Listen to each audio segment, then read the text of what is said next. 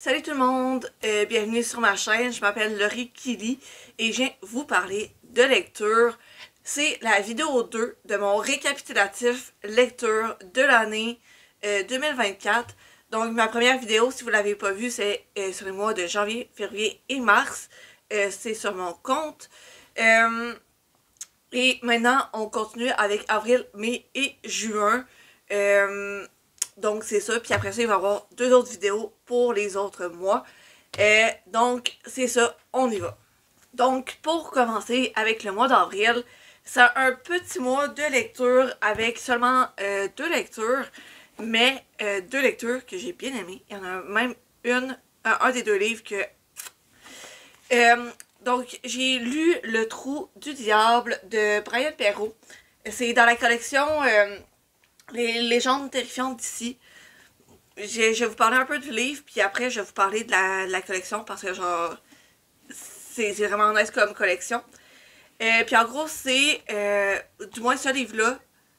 Non. En fait j'ai inversé, j'ai commencé par parler de la collection pour ensuite parler du livre, ça va être plus simple.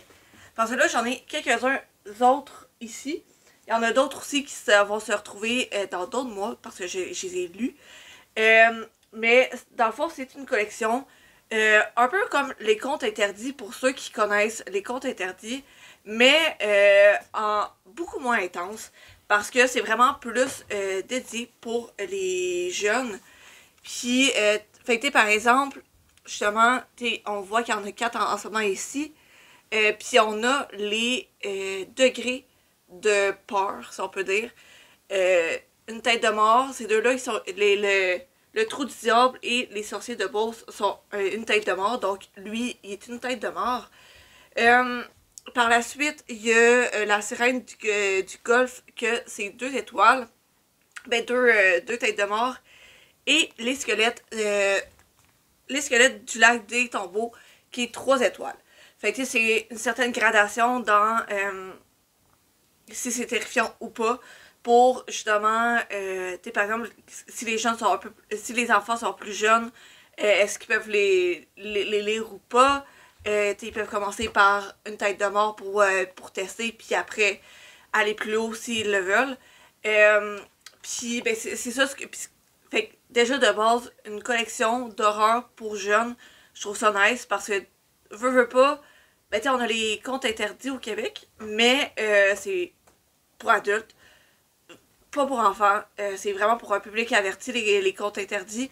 C'est très gore pour en avoir lu. Faut avoir le cœur pour ça. Donc les enfants, c'est pas pour eux.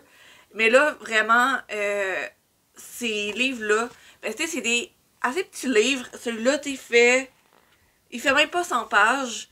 Il y en a d'autres qui font 100, 160, 172 pages à peu près.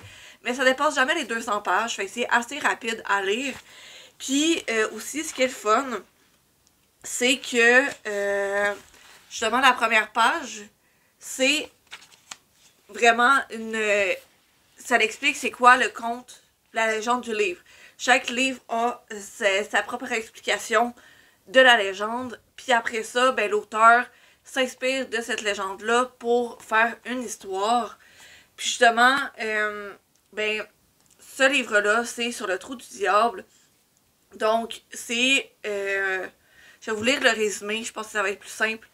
Depuis plusieurs générations, le trou du diable avec les corps des malheureux noyés, les âmes des désespérés. Depuis plusieurs générations, le trou du diable avale les corps des malheureux noyés, les âmes désespérées, mais aussi les secrets des notables et des puissants. Cependant, il arrive qu'un drame se transforme en malédiction et que le trou relâche une de ses prisonnières afin qu'elle réclame une réparation. Sommes-nous responsables des mauvaises actions de nos aïeux? Devons-nous payer pour les actes répréhensibles de nos ancêtres? Selon la logique du trou du diable, rien ne se perd, rien ne s'oublie. L'heure des comptes a sonné et le dernier-né de la lignée des Thibault devra payer. Fait que c'est vraiment, c'est sur le trou du diable qui a eu plusieurs drames dedans. Et justement, le personnage, c'est le jeune Thibault Thibodeau, qui va s'y rendre et ben il y a la malédiction qui va s'acharner sur lui. Donc c'est ça, c'est une étoile, c'est pas une tête de mort, c'est pas si épeurant. Je vais vous en parler plus tard, mais j'ai aussi lu les squelettes du lac des tombeaux.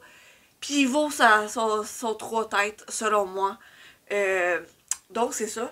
Et je passe au prochain livre, qui était un méchant gros coup de cœur pour moi. C'est Noblesse oblige, des éditions Slalom. Si je me souviens bien, je l'avais demandé en service presse à Interforum. C'est eux qui distribuent, entre autres, les éditions Slalom au Québec. Et je ne regrette aucunement de l'avoir demandé. C'est vraiment bon. En gros, l'histoire se base sur l'idée que, si la révolution de 1789 n'avait pas abouti en France. Donc, ça veut dire qu'encore aujourd'hui, on serait encore dans la monarchie française et la monarchie autoritaire s'assure du soutien du peuple ok, je recommence. Donc, c'est ça. La monarchie serait encore présente aujourd'hui, dirigée par le roi Louis XI. Et ben, la monarchie s'assure que le peuple soutienne encore la monarchie en montant en scène une télé-réalité qui est Noblesse oblige. C'est un peu un show de speed dating, mais pour la noblesse. Donc, il va y avoir un certain nombre de nobles, d'hommes nobles, qui vont être mis sur le marché, si on peut dire, des hommes qui sont prêts à se marier. Et les jeunes femmes peuvent s'inscrire pour essayer d'être dans le show. Et donc, c'est ça, il y a Gabrielle qui est secrètement anti-royaliste. Ben, elle apprend qu'elle fait partie des candidates pour la télé-réalité. Puis, au départ, elle n'est pas super enjouée, mais finalement, elle se dit, c'est la façon de s'infiltrer dans la monarchie, puis de dénoncer ce qui se cache derrière tout ça. Mais elle va se rendre compte que ce qui se cache dans les ténèbres, ça peut rester là. Puis c'est pire que ce qu'elle pensait. C'est tellement bon comme livre. Je vous le recommande à 100%. À la job, je l'avais passé à 2 de mes collègues. En fait, je l'avais passé à une de mes collègues. Puis là, je trouvais que ça faisait longtemps que je l'avais passé. 2 des autres, elle l'avait passé aussi à une autre de nos collègues. Puis les 3, on a capoté dessus.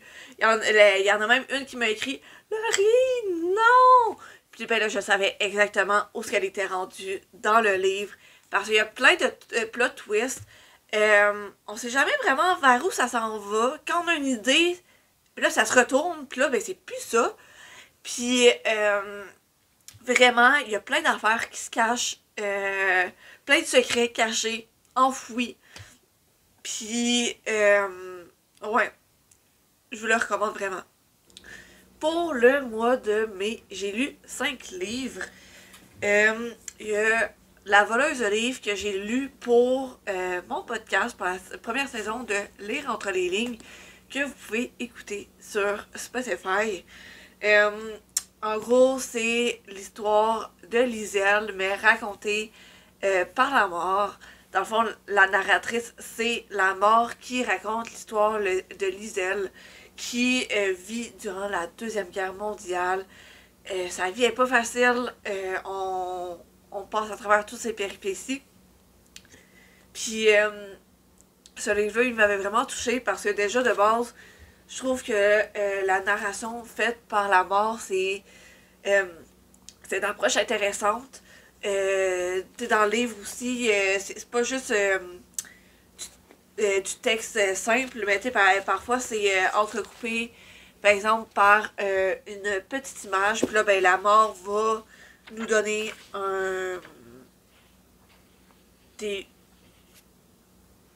une idée. Ou genre, cadeau 10 à 13. Fêté, bref, tout ça pour dire que parfois c'est entrecoupé de petits passages. Par exemple, le dernier passage du siffleur, c'est ça. Fait que ça fait que la lecture, elle est plus... ben, pas plus le fun, parce que le sujet est quand même triste, mais genre, ça l'aide de comme... Puis, ben ça, c'est aussi le ton de narration de la mort. Tu sais, c'est un peu pince sans rire, de comme, ok, ben, parfois c'est comme, ah, ok. Ça fait rire un peu, malgré la situation. J'ai relu Sombre Chaos, le premier tome, en prévision de la sortie du deuxième tome. Le deuxième tome, je l'ai commencé, je l'ai pas encore terminé. Je m'étais dit que j'allais le terminer en 2024, mais je pense pas le terminer en 2024. Ça fait partie des livres que je vais terminer en 2025. En gros, c'est dans un monde futuriste dystopique où ce que la Terre vraiment... genre, il y a eu... La Terre est quasiment détruite et tout. La Terre s'est purgée en reprenant le territoire qui lui est dû. Plusieurs continents noyés, en cendres ou coincés dans des brasiers infernaux. Puis, il y a un Shaenegana qui est une ville qui a construit vraiment une forteresse à l'abri vraiment des dangers de la nature. Mais ça a l'air parfait, mais quand t'es à l'intérieur, tu veux pas te retrouver là. Puis Louani, elle est recluse à l'extérieur de ce royaume par obligation. Puis elle a été vendue par ses parents à un retraité mythomane. Puis elle est soumise à son nouveau mari. Et un jour, ben, elle se fait racheter par le royaume de Shaegana. Et elle pense que sa vie va mieux aller, mais elle va comprendre, justement, elle comprend alors qu'elle a quitté un monstre pour un autre sans pitié. C'est vraiment intéressant, c'est captivant comme livre. On se rend compte un peu comme des... Ça vit beaucoup d'horreur, Louani, mais elle sait comment passer par-dessus, puis elle se bat contre tout ça. Et le deuxième tome, du moins de ce que j'en ai lu, il est vraiment bon. Il est aussi bon que le premier. Fait que j'ai hâte de le continuer. Puis genre, la couverture, là, je la trouve tellement belle. Tu sais, puis on voit un peu la couverture du deuxième tome qui est aussi belle que le premier tome. J'ai lu aussi Jardin mortel de Cassandra O'Donnell, que j'ai reçu en service presse des éditions Édito. C'est... je vais vous lire le résumé, je me rappelle plus ou moins de c'est quoi l'histoire. Ça c'est... Ah oui, ça, Leonora Keane est l'héritière de clans ennemis. Elle détient un grand pouvoir. Elle seule peut passer du monde des morts à celui des vivants. Juste à lire ça, je m'en rappelle. Léo a une mère... Ben, non, je vais lire le résumé, je suis pas assez sûre. Croyez-moi, devenir faucheuse et passer toutes ses journées en compagnie des défunts n'est pas le métier qu'on rêve de faire à ses 16 ans. Mais bon, comme le dit si bien grand-mère, dans la vie, on ne fait pas toujours ce qu'on veut. En particulier quand on grandit dans une famille comme la mienne. Mauvais sort, disparition inquiétante, empoisonnement suspect. Chez nous, les disparitions ne manquent pas. Quand s'ajoute une série de meurtres inexpliqués dans les clans des puissantes sorcières Vicari et la visite inopinée d'Ella, la déesse de la mort, je commence à me dire que ça fait beaucoup. Il est grand temps de m'intéresser aux forces maléfiques et à ce qu'elles trament. Oui, c'est ça.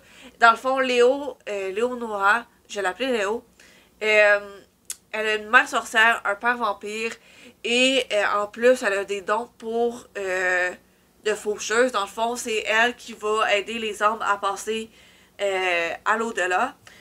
Parce qu'il y en a qui restent pognés entre les deux.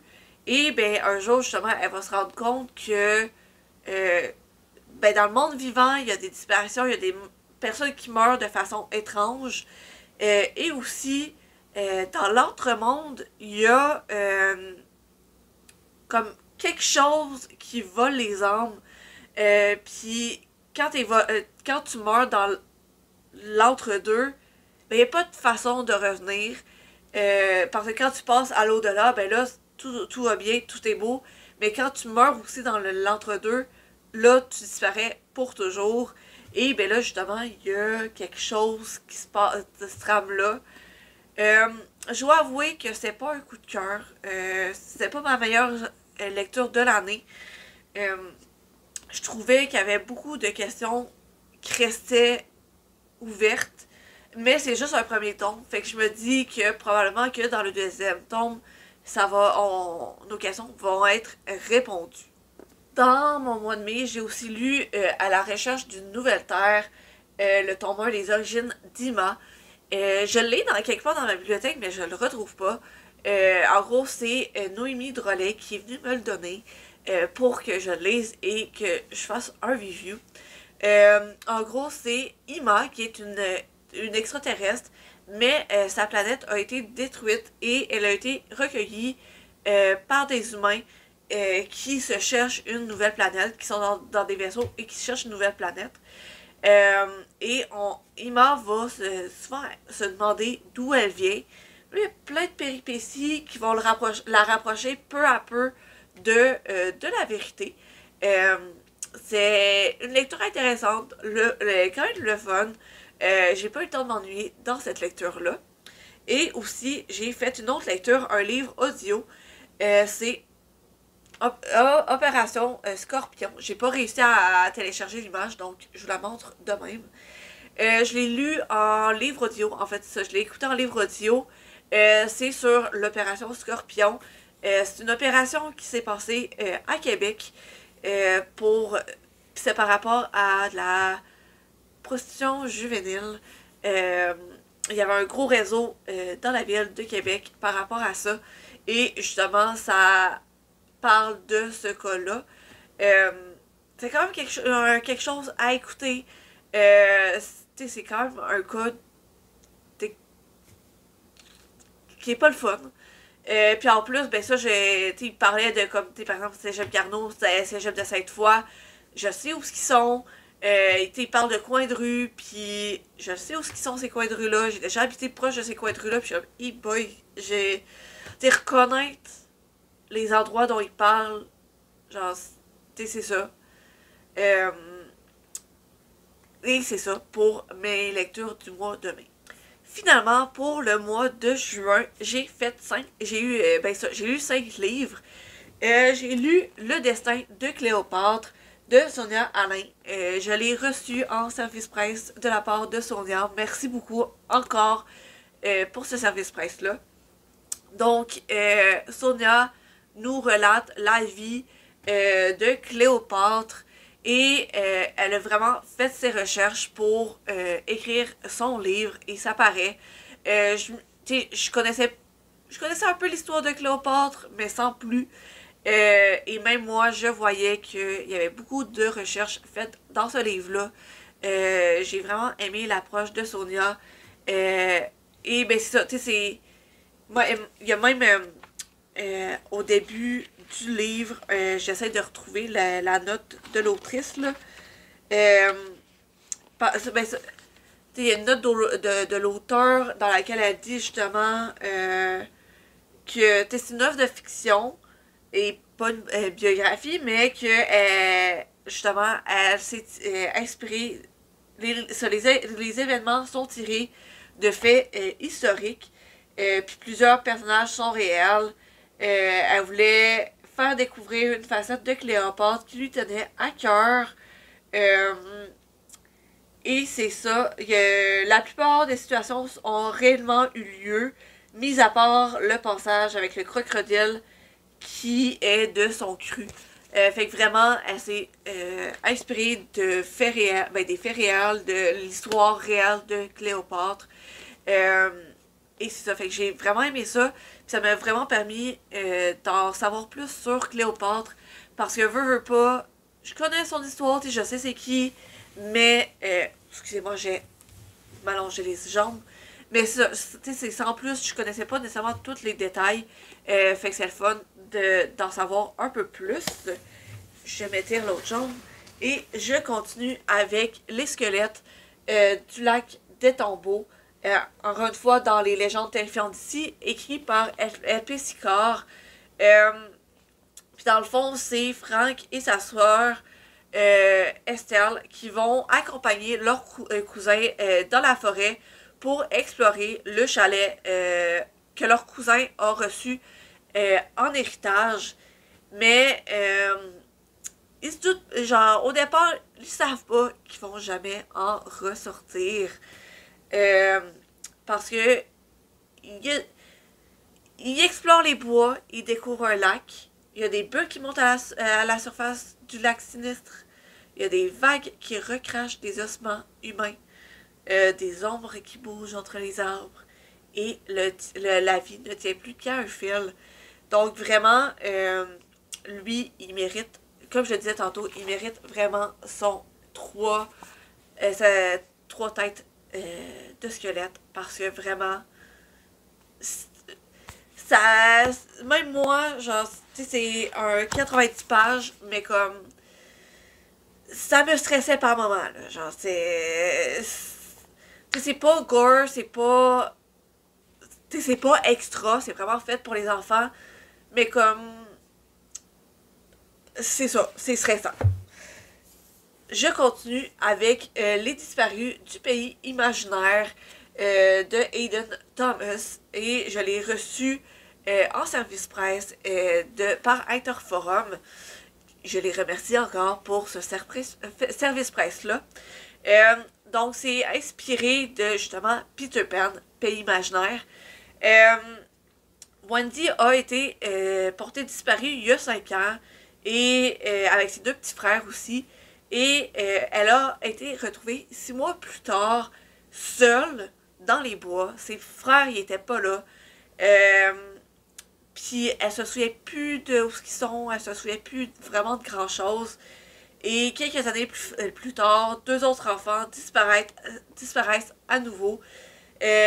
Puis Wendy, peu à peu, les souvenirs vont revenir, mais elle va essayer d'en savoir plus pour aider les policiers à retrouver ses frères à elle aussi, et les 2 jeunes aussi.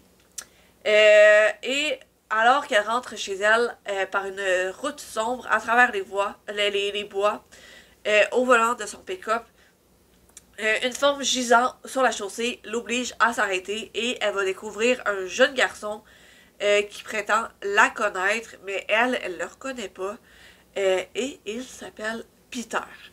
C'est vraiment intéressant. Ben, j'ai vraiment aimé cette approche-là de du conte de Peter Pan. Puis la twist à la fin, je m'en attendais un peu, mais pas tant. Je m'attendais pas que ça implique une personne en particulier. Je vais pas trop m'avancer parce que genre c'est le plot twist. Mais genre, c'est ça, tu sais, il y a comme, je m'en attendais pas. C'est une bonne lecture. J'ai vraiment aimé cette lecture-là. Je vous la recommande. Si vous aimez le Young Adult, si vous aimez le conte de Peter Pan, je vous le recommande. J'ai aussi lu le volume 6 de L'Or Olympus. Encore une fois, je lis principalement pour les images. Puis c'est surtout que là, je suis déjà investie dans l'histoire. Je suis déjà rendue au tome 6. Ben, je me suis aussi acheté le tome 7 pour continuer. Le tome 7, je ne l'ai pas encore lu, mais je me suis acheté pour avoir la collection dans ma bibliothèque et pour tous les lire. Donc, je ne vais pas m'attarder sur ce livre-là. Et je vais terminer par Alice, le roman graphique dont je ne vais pas montrer les images. Ben, je vais vous en montrer quelques-unes, mais ça ressemble un peu à ça. Je veux juste m'assurer de... Parce qu'il y a des scènes de même. Je vais pas trop en montrer parce que c'est quand même parfois il y a des passages assez osés. Il y a des scènes de BDSM. Tout le monde peut enjoyer ce qu'ils veulent, mais disons que il y a une raison pourquoi on le vend emballé en librairie. C'est qu'il y a des passages qui ne sont pas faits pour être vus par un jeune public. Et d'où, c'est ça, d'où le pourquoi en librairie, il est toujours emballé pour pas qu'un jeune enfant innocent ouvre. Et je veux dire innocent par, pas innocent cave, mais innocent jeunesse. L'ouvre et voit ces scènes-là. Puis ça, je l'ai même fait dédicacer. Parce que je l'avais acheté dans dans le salon du livre de Trois-Rivières.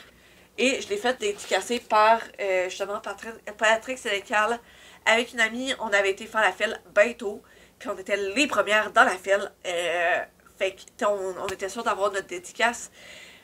Puis ça, mes parents m'avaient acheté le livre, le livre papier il y a quelques années.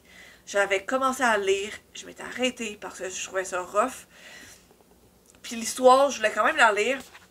Justement, le roman graphique, je trouvais que c'était comme un bon entre-deux de ça se lit mieux, ça se lit plus rapidement. Puis veut pas, c'est que, tu sais, c'est justement, même dans le livre, même si on n'a pas les images, c'est très graphique. C'est très cru. Fait que, tu sais, quand on lit sans images, c'est nous qui s'imagine, qui se l'imagine, c'est nous qui doit créer les images. Ce qui est quand même rough. Alors que là, les images sont déjà, nous sont déjà proposées. Fait que c'était pas à moi d'imaginer les images, ce qui m'a vraiment aidé dans ma lecture. Parce que c'est peu ragoûtant à certains moments. C'est très sexuel à d'autres. Donc, c'est ça. Je suis contente de l'avoir lu. Je vais m'arrêter à ça parce que j'ai même pas dit c'est quoi j'ai même pas dit c'est quoi le résumé parce que dans ma tête tout le monde sait c'est quoi le livre. Mais en gros c'est l'histoire de Alice, A-L-I-C-E, qui part d'une jeune fille de banlieue qui quitte le cégep et le cocon familial pour aller dans la métropole. Mais elle va rencontrer un gars qui a l'air bien stressé dans le métro. Puis elle aboutit dans un quartier dont elle n'a jamais entendu parler. Puis elle se doute pas de toutes les aventures qu'elle va vivre dans ce quartier-là. Et que ces aventures-là vont changer sa vie. Fait que, c'est ça. Encore une fois, les livres de Patrick Sénécal, eux aussi, c'est pas pour tout le monde.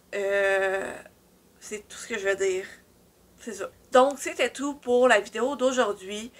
Donc, je vous ai parlé de mes lectures du mois d'avril, mai et juin. Je vous rappelle, j'ai déjà une vidéo de sortie pour mes lectures de janvier, février, mars. Il y en a une autre prochainement qui va sortir sur mes lectures de juillet, août et septembre. Et une autre sur les lectures de octobre, novembre et décembre. J'espère que vous avez aimé ma vidéo. Moi, je suis contente de vous avoir parlé de mes lectures. N'hésitez pas à me dire vos lectures de ces 3 mois-là, ou même vos lectures du moment. Ça va me faire plaisir d'en discuter avec vous. Sur ce, ben, je vous laisse et on se parle dans la prochaine vidéo.